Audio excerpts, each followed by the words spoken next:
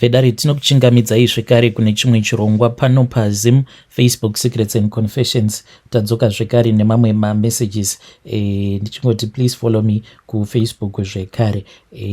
Saka ndichaisa link racho mucomment section uye zvekare nemudescription box. Saka kana mukangobaya link iroro I'm sure kuti rinobva ratokuendesai straight kuFacebook mobva matongobaya pakanzi follow ipapo then ndokwanichange futi ndichizoposta maconfessions mamwe ndee ndichireceiva kumessenger ikoko ndobva ndangoitachi copy and paste ikoko. Saka munokwanisa kuverenga futi maconfessions acho ikoko.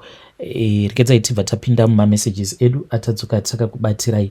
Message yedu yekutanga yakamira sekudai so: hanzi makadi zvenyu mukoma, can you please post my own story as hidden identity?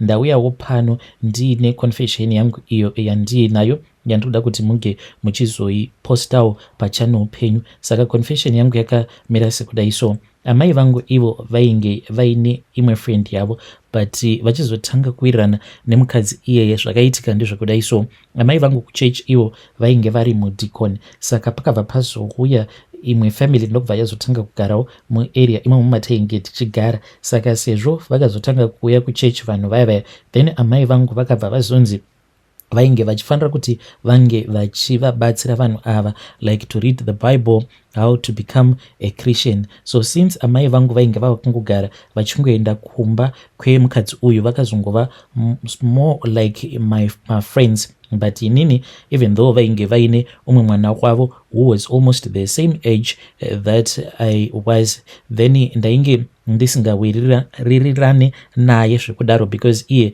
she did not come to church. But nekufamba kwenguva manje akabva azotanga kuuya kuchurch. Saka ivo amai vangu vakabva vazoudzwa nemukadzi uya kuti mwana wavo she was engaged and she was getting ready to get married to her fiance. At that moment mukoma, neniwo ndainge ndanzwa nekungotambiswa mumarelationships and varume vazhinji ndaitoti kana paya ndatovimbawo nemunhu ndichitoti uyu ndiye atova munhu wangu, then paya pandinenge ndazorara nemurume uya then aibva azondidhamba, kusaziva kuti varume ivavo vainge vachiona sekunge ndisinganaki here pabonde or what was going on. But ndaingoti kana ndikangorara nemurume wandinenge ndichidanana naye then relationship ndobva ndatoziva kutoti zvinenge zvatovharana. So ndakabva ndazotanga kuwirirana naye musikana uyu. The reason as to why ndakazotanga kuwirirana naye because amai vangu ivo vachitaura vakabva vazondiudza kuti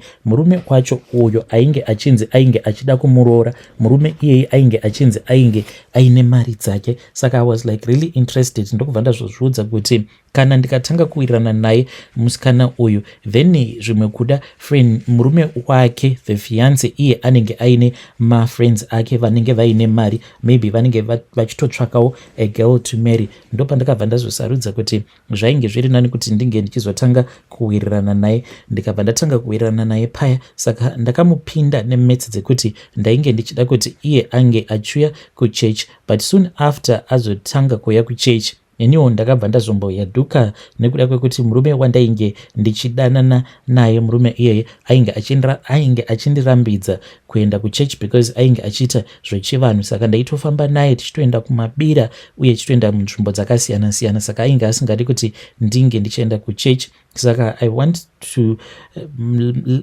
saka ndinoda kuti vamwe vanhu kunze uku vange vachizozviziva kuti paya pavanoona vanhu vachiuya kuchurch, vanhu vanotuya kuchurch with different reasons. Even though ndainge ndisisina kana basa nechurch, but ndakazodzoka muchurch simply because ndainge ndava kuda kutorera musikana uyu her own fiance. So this is my own testimony. It is quite unfortunate kuti murume wangu ndine zvimwe zvinhu zvekuti nanhasi uno handikwanise kuti ndige ndichimubudira pachena. Izvo zvakazoitika pakati pangu neuyo ainge ambori musikana wake. So I was not supposed to get married to my husband, and I hope kuti one day when I am going to tell him the truth, he is going to understand kuti zvose izvi pandakazviita I was not yet a Christian, and right now kuti ndinge ndichizviudza kuti I do not deserve him, inini naye takatoita vana. I am a Christian, ndakazotendeuka, and I really love God. Mwari ndinotovada nemwoyo wangu wose,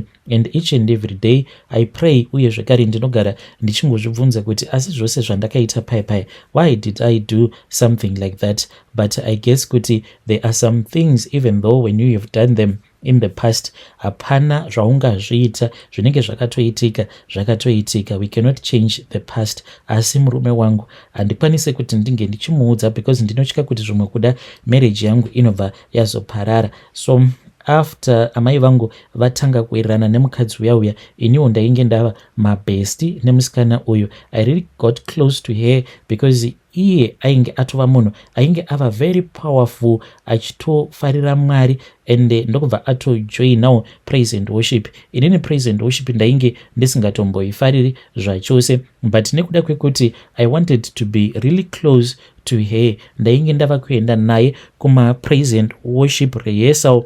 Uye zvekare taitoenda tose kuma all night prayer. Taiti kana taenda tose kuma all night prayer paya iye achinamata, inini ndainge ndichitonamata ndichitoti Mwari ndikuda kuti ziso rafiance wake ringe richizongoramba rakatarisana neni, because fiance wake munhu uyu ndinomuda. Those were some of the evil prayers that I would say when I would be in church. Saka iye na fiance wake they had already engaged at that time. So ndakabva ndazvimuudza kuti ndainge ndichida kuti tinge tichizomboenda out on a date neboyfriend yake. So akabva azoti ainge achazotaura neboyfriend yake. Mushure mekunge ataura neboyfriend yake ndopa akabva azondiudza kuti boyfriend yake yainge akabvuma. We then went out.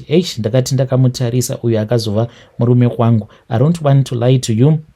Totally ndikabva ndatoona kutoti ndainge ndatova nema-feelings for him. I really was feeling him with all of my heart. Ndakabva ndati zvino murume uyu zvandamuchiva ndoita sei? What am I supposed to do here? I then told this girl kuti iye she was not supposed to be serious nemukomana uyu. Ndikabva ndati you can see kuti the way yaari handsome, he is only going to cheat you. Ndikabva ndati saka unofungidzira kuti Zimbabwe yose obva asarudza iwewe with the way that he is very handsome. Ndikati vakomana vakadai so havarori. And she was like but he has already given me an engagement ring. Ndokubva ndaseka paya ndikabva ndati like what is an engagement ring? Probably pose apo paanenge achienda kunorara nevamwe vasikana vake anongobvisa engagement ring iyoyo obva atoisa mupocket. Ngei zvakabva zvamurwadza because ndaita kumuudza magara moyo ndichiti ndikamborumira ndobva ndambofurudzira.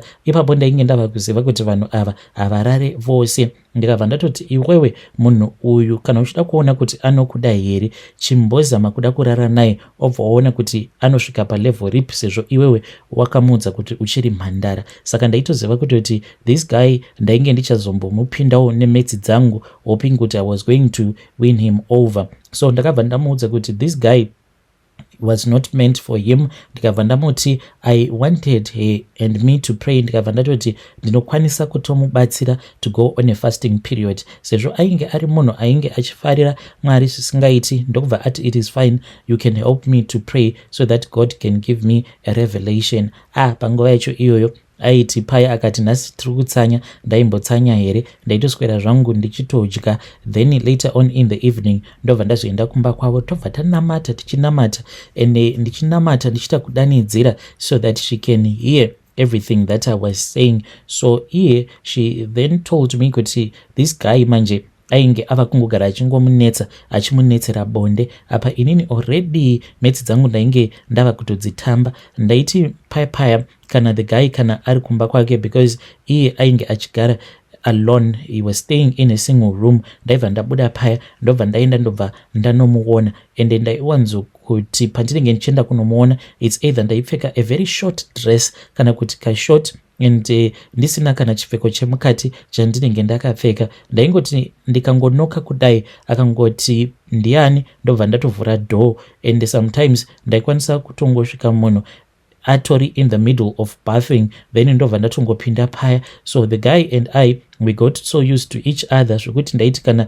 ndasvika mumba make then I would feel so comfortable zvekuti ndaibva ndatorara pambedha ndichingoita maactions dzimwe nguva ndaitoenda kumba kwake ndisina kana kumbopfeka chipfeko chemukati zvekuti kana iye aibva atozozviona kuti munhu uyo haana kana chaakapfeka pazasi peminiskate iye akapfeka, saka I was seducing him and ndainge ndava kutoona kutoti munhu uyu ari kukabira. Zvino ndaizoti kana ava kuda kundibata ndobva ndaramba paya pretending sekunge ndainge nditori munhu ane hunhu. So there was this other day, musi wacho iwoyo takatoswera takatotsanya when it was somewhere kuma 9 p.m. ndopa ndakabva ndazobuda pamba ndichimhanya ndokubva ndazonoka padoor, then amai vacho vakabva vazofura ndokubva ndatanga kutaura nendimi ndichirira nendimi ndichiita sekunge munhu ainge akatobatwa nemweya mutsvene. Ndokubva ndamhanya ndichienda muspare bedroom mefriend yangu ndokubva ndatanga kunamata paya ndichimuudza kuti the reason as to why I had came to her house late at night, it was because Mwari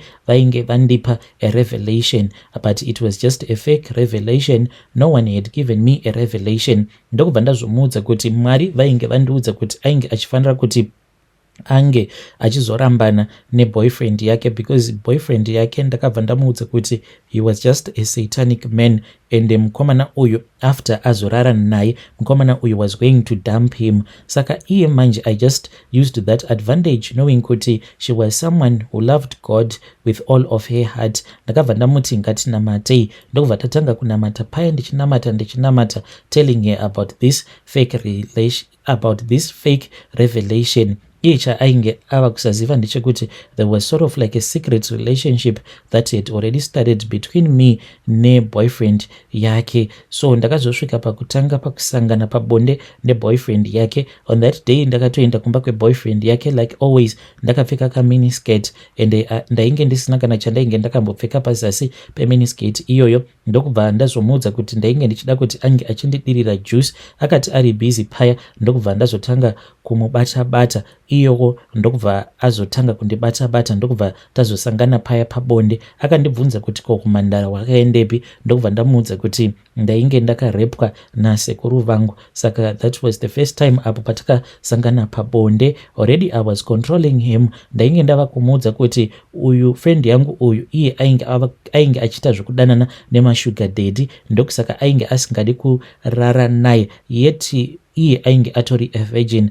I was just lying. Ndokubva ndamuudza zvikare kuti ainge ava kutodanana neumwe sugar daddy who was HIV positive. Saka ndakabva ndamuti iwewe kana uchida kuona kuti zvose izvi zvandiri kukuudza ichokwadi, chienda uzame kuti unge uchimubata kana kurara naye, plus iye ane dhimoni riri paari, dhimoni iro rekuti kana ukazomuroora you are going to see kuti it is going to be very difficult for you kuti unge uchizorara naye semavatiro ose awa auri kuita neni. So iye akabva azozama kuti ange achizorara nefriend yangu. So iyowo friend yangu ndainge ndakamutsindira ndokubva ndazomuudza kuti kana ukangomuona achida kurara newe, ziva kuti that revelation iyo yandakapiwa that time when we were fasting for your relationship. Saka unofanira kuti unge uchiziva kuti munhu uyu musatanist and ari kuda kutokutorera advantage. Saka ari kuda kushandisa ropa rako rekumhandara for his own rituals. Saka iyeko ainge asingatozvizivi kuti I had already set him up.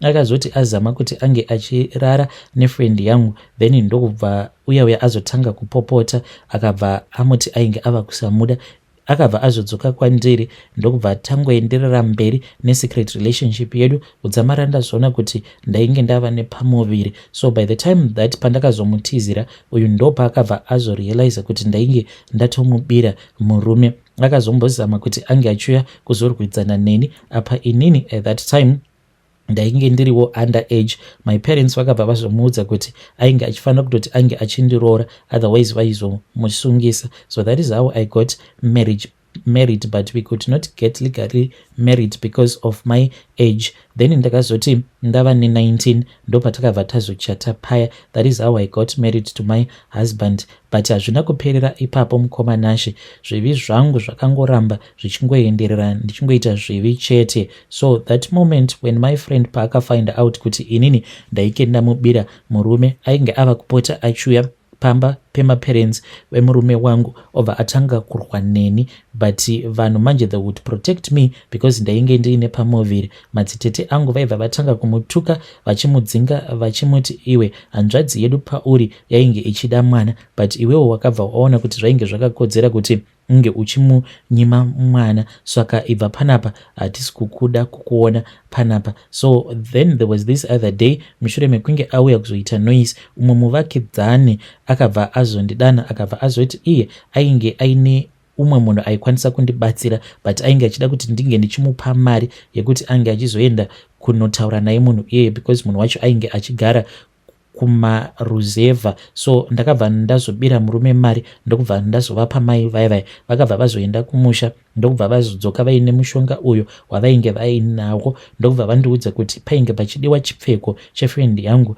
That was when I remembered kuti my friend she had once given me one of her t-shirt. Saka ndakabva ndazodzokera kumba kwedu ndokubva ndazonotora t-shirt iyaiya yainge iri muspare bedroom mangu, ndikabva ndazoenda ndikabva ndazonoipa muvakidzani wedu uya iye amene kuti akazoita sei nayo t-shirt iyi. Saka friend yangu uyo at that time akabva azoita chirema ende akazotongofa akaremara kudaro. Panguva yacho iyoyo magetsi ndipo paainge ava kunetsa zvokuti magetsi aikwanisa kungoya maybe 2 hours makarara. Saka tainge tava kutongobika nehuni, saka taipota tichienda kune kamwe kachisango. Saka iye akazoti aenda kukachisango kuya nevamwe vakadzi vaainge ainavo, then ndokubva azorumwa nenyoka. Nekuda lack of transport ndokubva azoendeswa kuchipatara, but after some couple of hours akazoti aendeswa kuchipatara kuya hanzi it was already too late. Poison yacho it had already spread all over her left leg.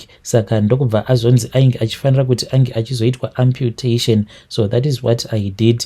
Zvakazonditorera nguva yakati rebei kuti ndinge ndichizorealize kuti what I had done was very wrong.